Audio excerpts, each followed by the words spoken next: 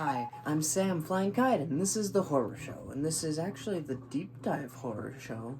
I don't know what I'm gonna really call this, but this is gonna be a long one, and this is kind of what I wanted to go about. A short review and a long review.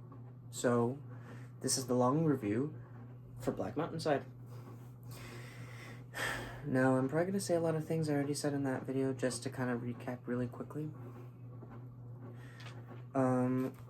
I was gonna try to use this the whole time, but I only have 2 markers, and they both suck. So I have to make sure I get markers for next time. So I'll just have this, and then the next page.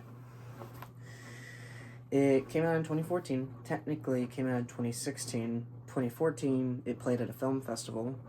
A year and a half later, it comes out in 2016 in Canada. The budget was about $30,000 at the time, so today that would be $40,000 roughly.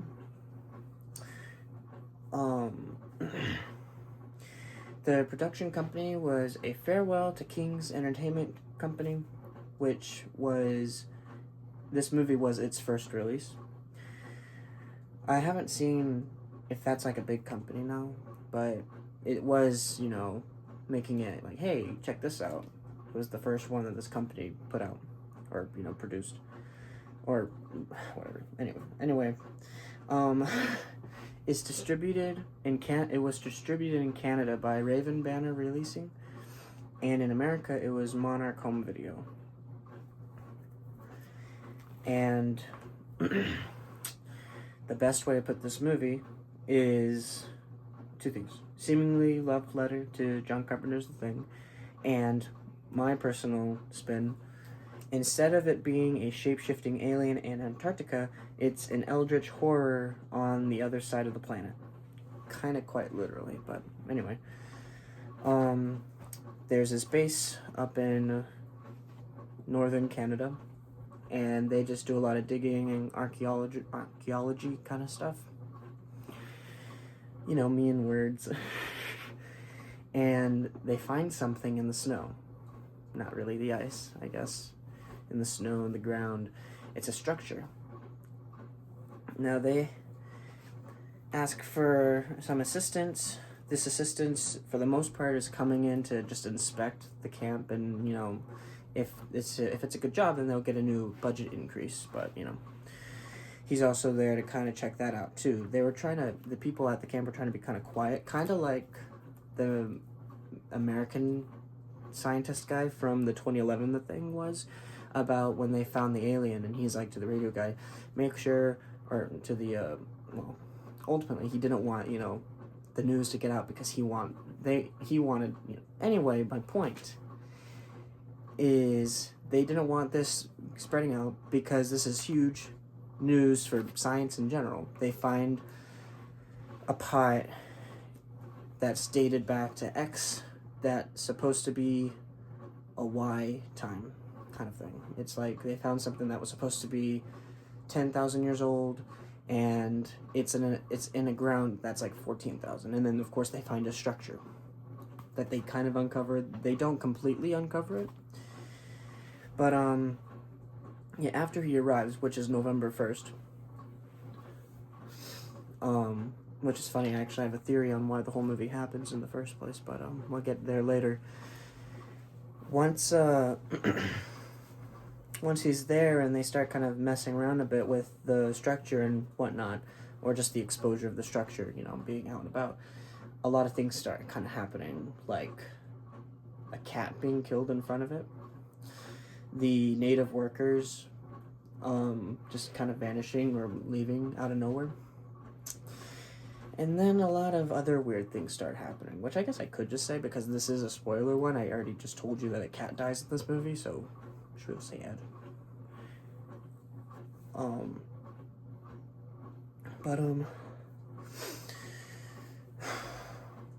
I really like this movie for a lot of reasons. One, I saw this movie for the first time last year or the year before, and I thought it was really good. It's definitely a movie I would love to get, but I just haven't found it, and I'm too poor to go online and try to find it somewhere, right? but someday I would hope to get it. I am a very huge fan of independent movies, and this is one.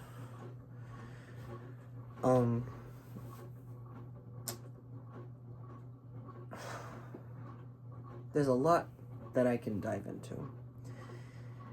Mostly things that are near the end. So I guess I'll start kind of storyline, what happens. So, stuff I said earlier, right? And then weird things start happening.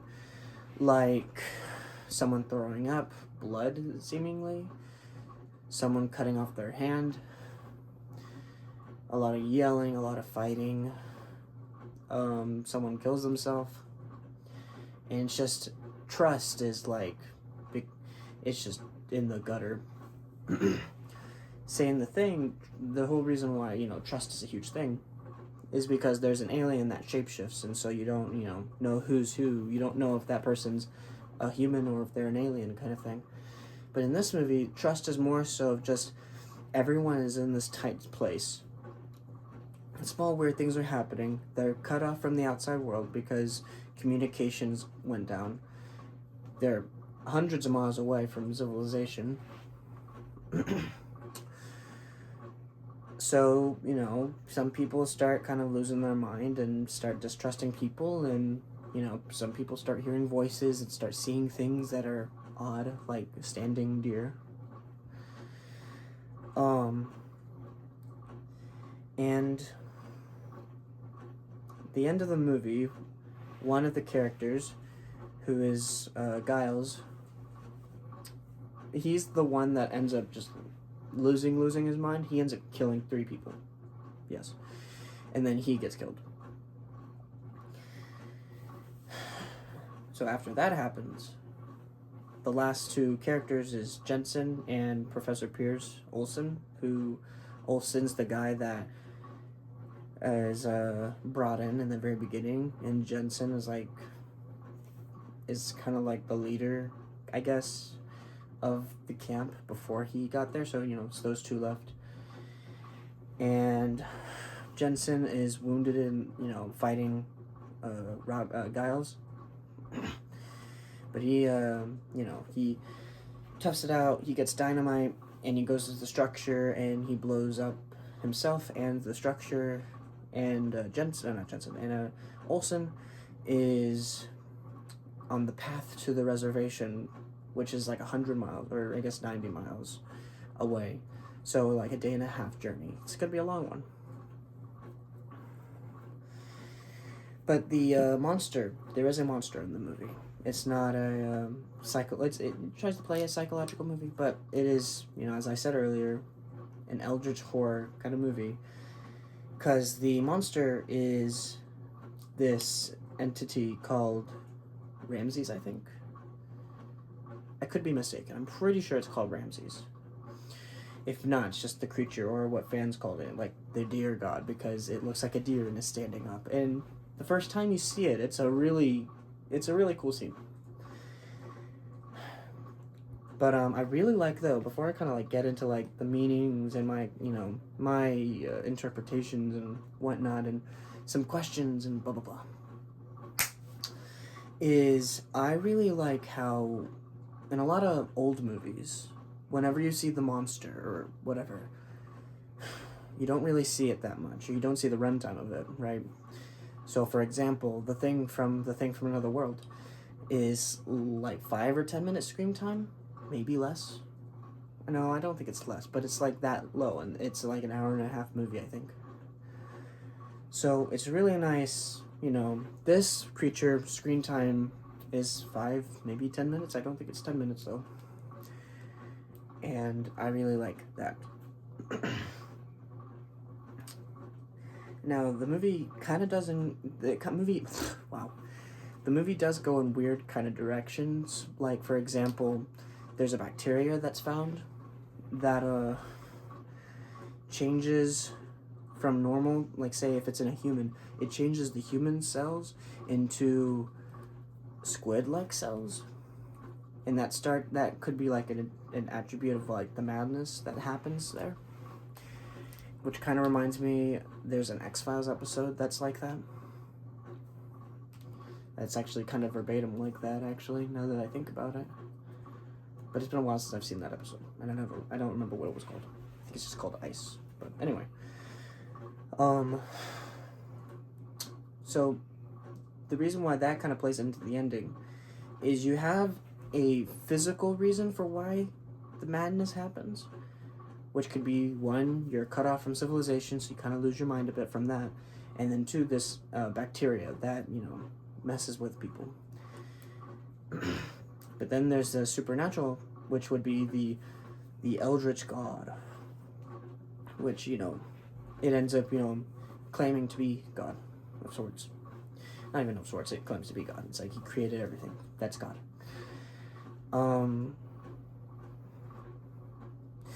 So at the end, Jensen's about to blow it up, and Olsen is on the path. They both encounter it and kind of talk to it, although it's not really talk, right? They kind of talk to each other. That's when the deer god is like, why, animals look up in the sky and see dots. People look at the sky and see stars that they can conquer. What do you think I see? I see, things I created, blah, blah, blah, whatever. Watching it, when Olsen's talking to it, now I guess before I get into that, the main kind of theme in both Jensen and Olsen's conversation with the Eldritch is, you're not real, you're in my head kind of thing. While Olsen's kind of more like, why about it? They both kind of go about it like that. Which, you go back, there is a physical element to why the madness is happening. But kind of getting into my Christian explanation, because I'm Christian. My interpretation, if I'm looking at this movie through a biblical lens, I would say that the deer god, Ramses, is just a demon that is uncovered and is free, or at least is only out and about because of that structure. It claims to be God, right? It claims to be omni-everything, omniscient, I don't remember what they're called. But, everywhere, all the time, whatever. There's a surface level way of looking at this when Olsen quite literally asks, why? And then the deer god's like, I gotta go. And then he bugs Jensen then. He's like, oh, if he could, if he was omni, blah, blah, blah, then he could talk to both of them at the same time and not have to go. But then that reminded me in the Bible, book of Job, that's when Job is this very wealthy guy who has everything, kind of, right? Big family, a lot of material things, blah, blah, blah. And the devil's like, oh, the only reason why Job loves you, God, is because he has all these things. If you take all these things away from him, he's not going to love you anymore. And then God's like, oh, you want to make a bet? Kind of basically, anyway. You want to, test him? Just don't take his life. But, So they make a bet, a heavenly, divine bet. More divine bet. But anyway. And Satan, the devil, takes away all of Job's stuff. And Job, for the majority of the book, is having a very long conversation with his three friends, who the friends are like, why are you still, loving God? Why are you still blah, blah, blah, blah, blah? All these things are gone, right? But Job's still constantly like, God is good all the time, God is good kind of thing. But near the end of Job, God does appear.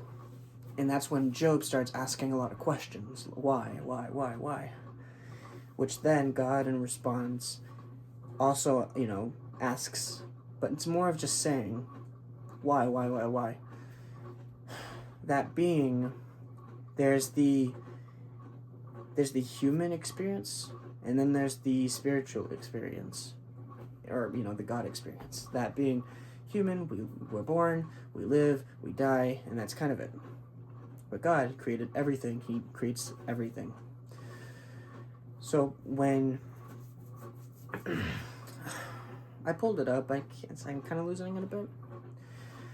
But the big idea is that humans are not meant to know all the answers. We're not meant to know all the whys. You kind of wish we could, right? Like, why did my life go why did my life go the way it has gone? It's not bad, but I'm just curious why X, Y, and Z happened. But it's like, I'm not really meant to know that, or at least I could know that, but that would be much later on down the road when it's obvious why, right? Or other things about life. Why does gravity work the way it does? Why do the planets work the way they do? Why does whatever. Ultimately, we're not meant to just know all the answers. So when I was watching that scene with Olsen and the Eldritch, the dear God, that was kind of similar, in my opinion, because the dear God, God ultimately does not answer Job, why, the bad things happened, ultimately. At least I don't think he does anyway. He more responds with, why does everything work the way it does? Ultimately being, we're not meant to know why. And then Job accepts that. But I guess the thing that's interesting in this, the Eldritch does not answer, just leaves and that's it, is that Job and Olsen are very different.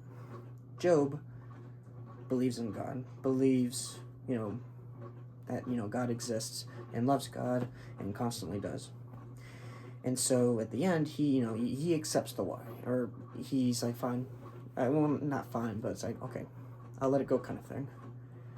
But the original point is that he believes in God. I don't think Olsen believes in God. Mostly it's more of an assumption.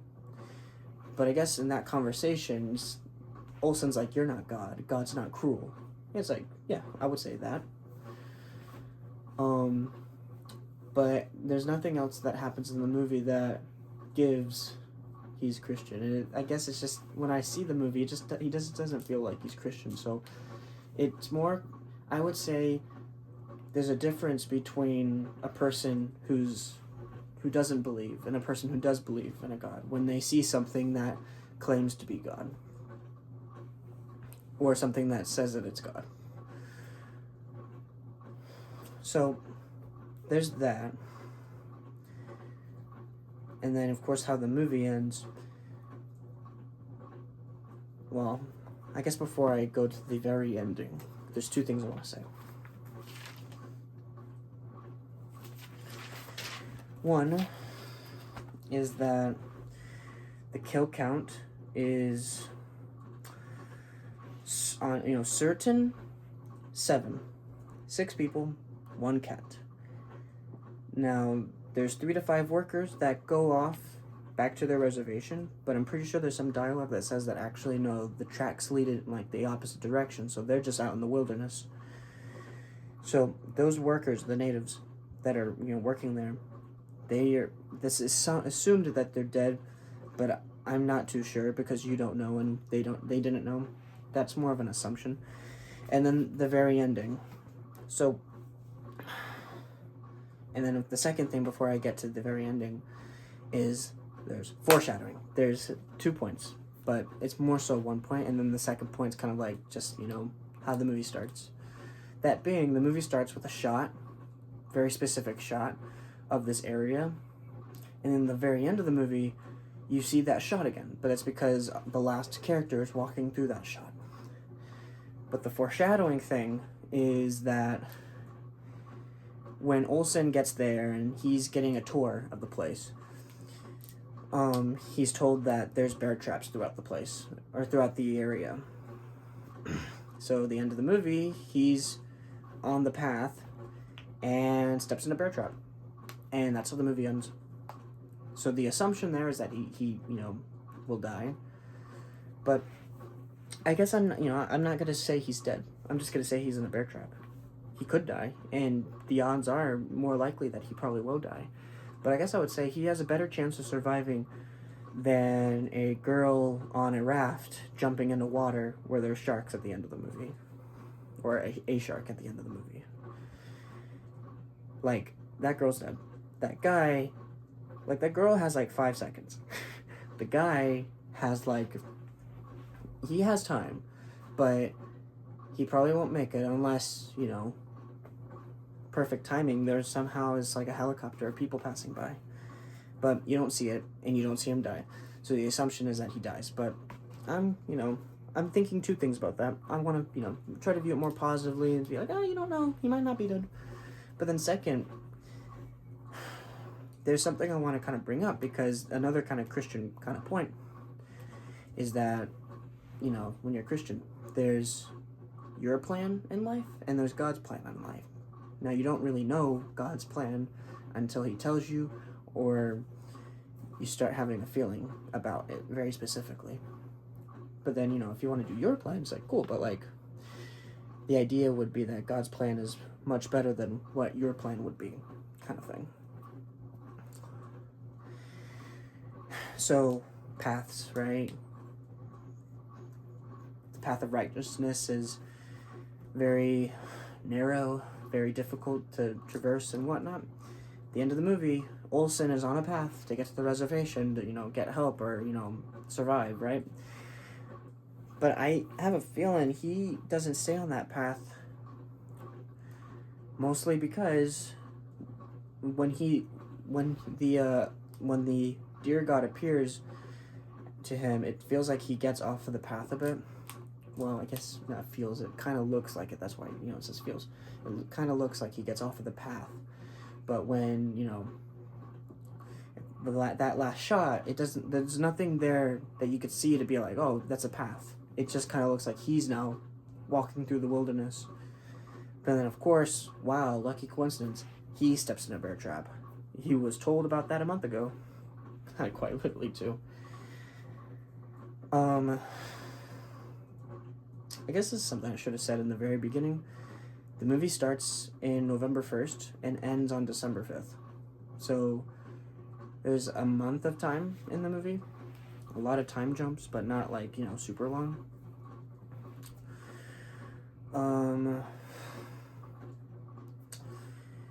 So, when you start going your way, not God's way, then, bad things would happen. That would be the idea. Now, obviously, you take God's path, bad things could still happen, but that's only because, in my opinion, everything happens for a reason, good and bad. And there's countless examples of why bad things happen. And if you're the kind of person that's like, well, evil thing, why does evilness happen? Well, if there's evil, wouldn't there be good? You can't really go and, be like, why is there evil in the world? Because that would go and assume that there's good, which then is like, okay, well, you can kind of go in different directions. There's the Christian direction, there's the Muslim direction, there's the Buddhist direction, or you could go and be like, well, that's not evilness, that's just either human nature or, just the human animal within, right? But it's like, those are your two paths. But that's another discussion for another time, philosophy kind of talk. So he's, if he's off the path, then, it's more likely that something bad would happen, and then something bad happened. And he could die from that, but you don't know that because you didn't see it. And if I learned anything from Call of Duty, if you don't see the dead body, that does not mean they're dead. But anyway, there's one more thing I want to talk about before I'm all done, and I have no clue how long this video is. I'm hoping it's 20 minutes, because I want the long ones to be 20, 30 minutes long, but we'll see. There's one more thing. So, the very beginning, right? November 5th, I'm pretty sure that's the date. The cat is killed, and is killed in front of the structure. Now it's trying to wonder, like, who killed the cat? Was it the native workers? Was it McNaughton? Because the native workers said that they saw McNaughton do it, but McNaughton said he didn't do it. So there's like 3 options, and there's like the whys for each one. McNaughton did it, the natives did it, or the Eldritch did it. But I think each one of them make a lot of sense. That would be the first weird thing that happens in the movie. Either it does it, but I don't think it does it though, because you don't see other dead animals around. So I feel like one of the people is either McNaughton or the native workers. If McNaughton did it, that's because he was the first one affected by it.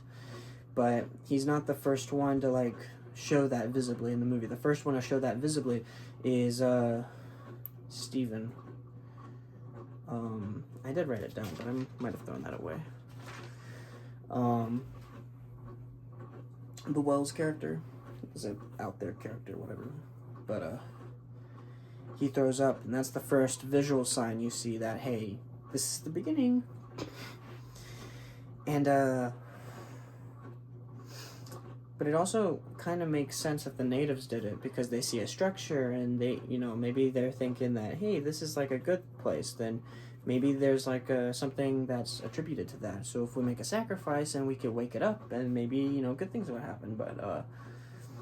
But they wake it up and then they realize, oh, that's not good. And then they leave, and that's why they leave. But that would be just my kind of theory if it was the natives. But I guess it's just, I don't know. I don't think they ever answer it in the movie. It's left to the viewer to decide who did it. And maybe it could have been the Eldritch as a sign of, hey, I'm here, baby. But anyway, that was the last thing I wanted to talk about. Alright, well, I'm Sam, Flying Kite. This was the deep dive of Black Mountainside. And I swear, next time, I'm going to have new markers so I can actually write on the board. Hopefully. I will see y'all next week. Goodbye.